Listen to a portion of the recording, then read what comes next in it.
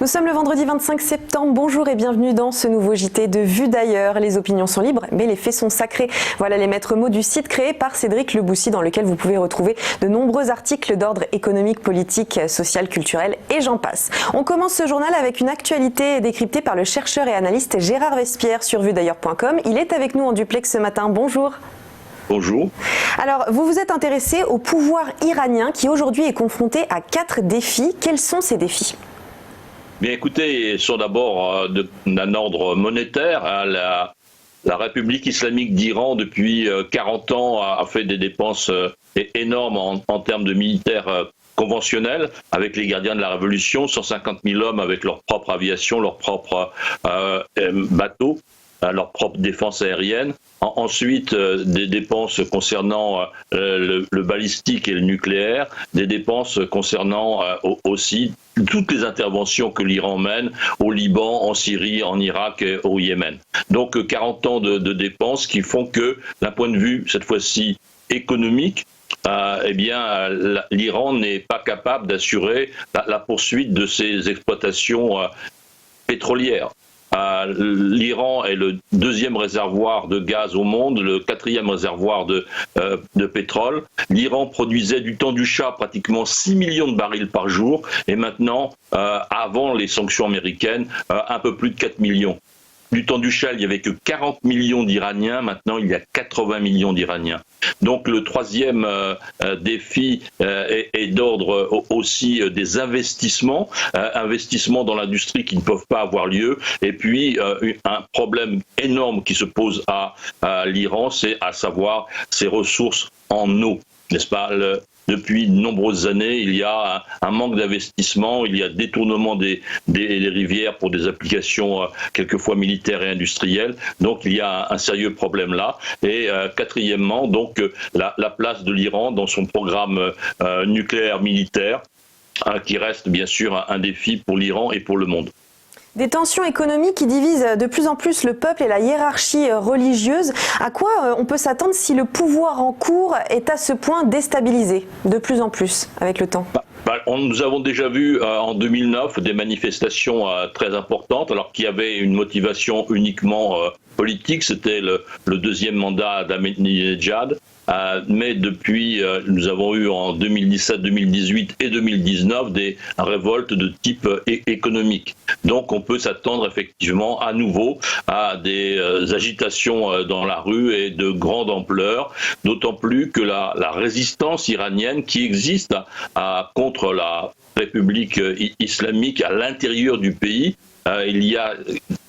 ont été créées depuis quelque temps des unités de résistance qui commettent des actes contre les institutions judiciaires, contre les bâtiments de la milice Badjidj ou bien des gardiens de la Révolution, et aussi contre les institutions religieuses. Car un des gros problèmes de l'Iran, c'est la corruption menée à la fois par les gardiens de la Révolution et par les institutions religieuses. Et on en parle peu, mais la situation sanitaire en pleine crise de la Covid-19 est assez importante en Iran, mais les chiffres sont faussés.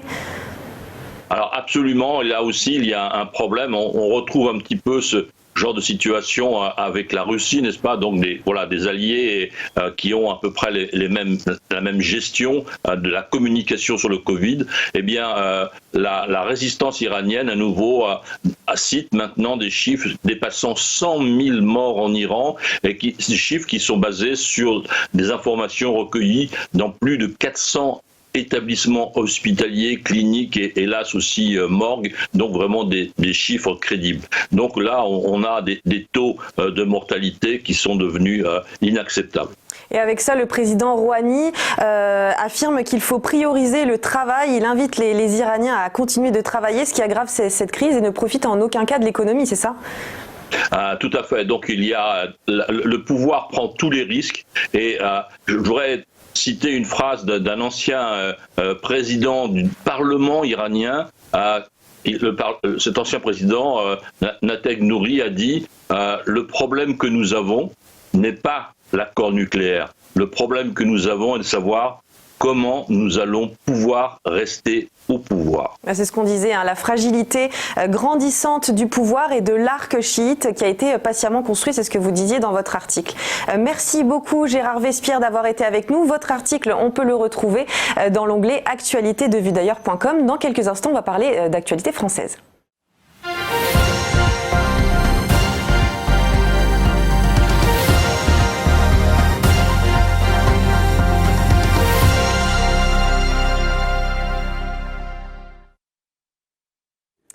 Dans les actualités France, l'économiste et écrivain Jacques Attali a choisi de prendre le sujet de la 5G à bras-le-corps dans un article que vous pouvez retrouver dans l'onglet Actualité de vudailleurs.com. Pour lui, il s'agit d'un formidable outil de productivité économique et écologique, mais tient à rappeler d'où vient le débat virulent autour de cette avancée technologique majeure et quelle est la véritable fonction de la 5G. Et c'est vrai qu'on ne peut pas en vouloir à ceux qui s'interrogent sur l'intérêt de déployer tant d'investissements dans un nouveau réseau pour voir des films plus aisément grâce à la vitesse de traitement des données qu'il permet, ou améliorer la chirurgie de précision à distance et faire fonctionner des voitures autonomes. Les plus radicaux diront que ces objectifs ne sont pas prioritaires. Mais Jacques Attali se projette dans le futur et décèle les gains qu'apporteront l'adoption de la 5G au cœur de la machine industrielle. Allant de pair avec l'intelligence artificielle ou l'Internet des objets, elle permettra de gérer au mieux les grands réseaux d'énergie, réduire massivement les gaspillages et les fraudes, surveiller les échanges bancaires ou encore optimiser les routes des camions, bateaux, avions pour qu'ils consomment le moins d'énergie possible. L'éventail des gains de la 5G se détermine par l'impact sur la consommation et non pas sur la production. Selon Jacques Attali, c'est un tournant que la France devra prendre si elle veut enterrer ses précédents échecs industriels de la machine à vapeur à Internet, changer la vision que l'on a de l'industrie, une source de problèmes sales et dégradantes pour certains, alors que c'est grâce à elle que nous irons vers des sociétés hyper industrielles. Et pour cela, quelques pistes: créer un ministère digne de ce nom ou encore donner aux ingénieurs des missions pour trouver des solutions industrielles aux problèmes climatiques ou encore ceux liés aux déchets et bien d'autres encore. Voilà pour cet article. Dans quelques instants, on va parler d'une actualité économique et sociale.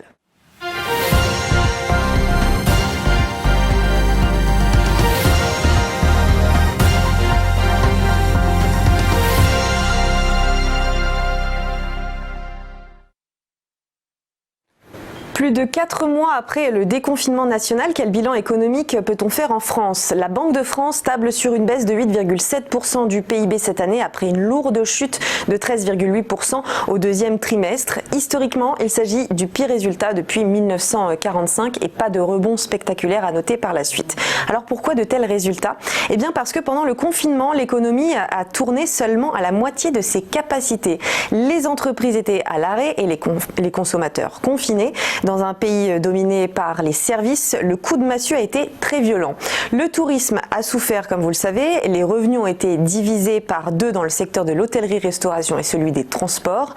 Dans l'aéronautique, plus de passagers à transporter, donc moins d'avions à commander. Et en ce qui concerne le commerce de détail, on a remarqué que l'habillement a été fortement pénalisé au profit du e-commerce. À la Bourse de Paris, les résultats ont été très clairs. Les entreprises du CAC 40 ont dans l'ensemble généré une perte. Seule une petite poignée, parmi lesquelles Carrefour ou Sanofi, ont vu leurs résultats nets progresser. Dans quelques secondes, un petit point sur l'actualité culturelle.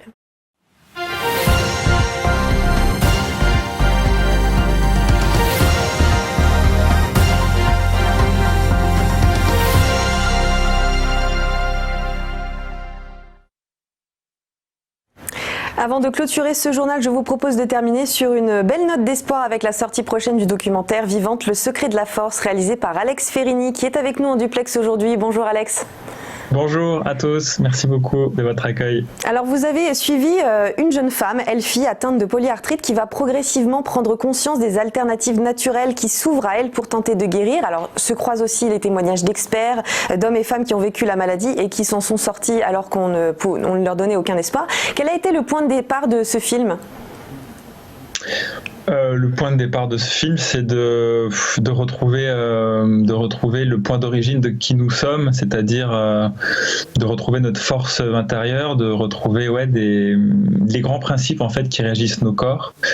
Et en fait, de par une grande salade, par des scientifiques, des médecins, des témoignages, etc., d'essayer de voir comment ce principe se matérialise et s'incarne dans la matière. Donc voilà, l'idée c'est juste de retrouver un peu foi en la vie, foi dans le vivant, foi en nous-mêmes, parce que nous sommes forcément, nous faisons partie de cette grande famille du vivant, et donc voilà, d'essayer de nous comprendre un peu plus. Justement, quel type de médecine alternative vous avez mis en avant et quelles sont ces médecines que mettent en avant les experts dans le film ? Alors pour moi, c'est pas du tout de l'alternatif, dans le sens où l'alternative pour moi, c'est un autre chemin, mais le but est le même.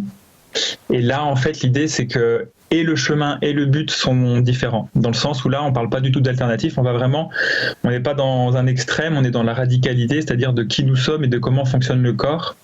Et pour moi, de là devraient partir toutes les médecines et les pratiques extérieures, mais de la compréhension des grands principes. Nous, on parle vraiment d'un principe du vivant qui s'appelle le principe de l'hormèse.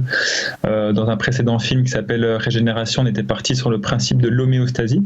Et ces principes du vivant sont vraiment des principes qui sont vérifiés, qui sont observés et qui en biologie en tout cas existent, quoi, sont là.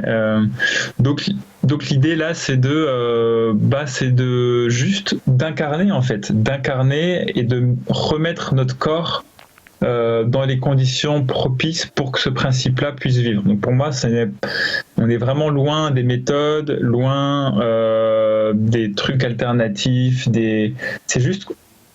c'est juste voilà un bon environnement pour que notre corps fonctionne mieux. Pourquoi ce sont des sujets qui vous touchent, ça ?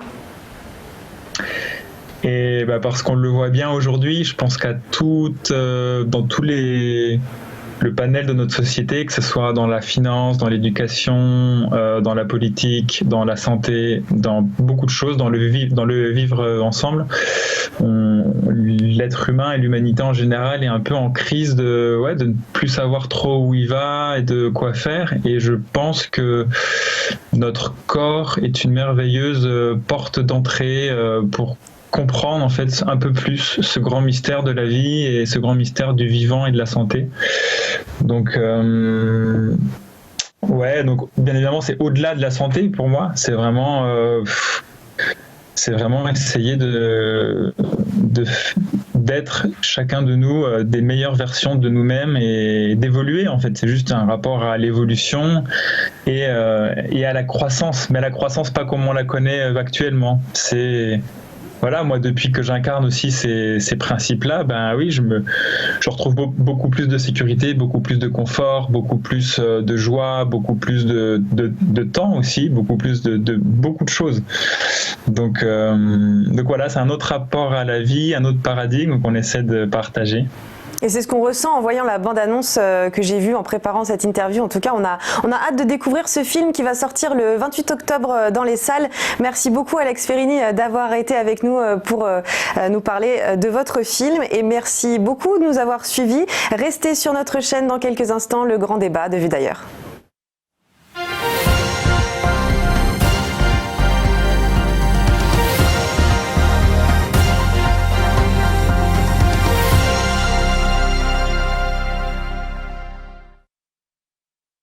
Bonjour à tous et bienvenue dans notre émission Entreprise et Innovation, votre rendez-vous innovation, développement économique et enjeux du digital sur TV Finance. Tous les jours, TV Finance met en lumière une société, un projet, des hommes et des femmes qui font l'entreprise d'aujourd'hui et de demain dans un monde en perpétuelle évolution. Pour y participer, contactez-nous sur tvfinance.fr.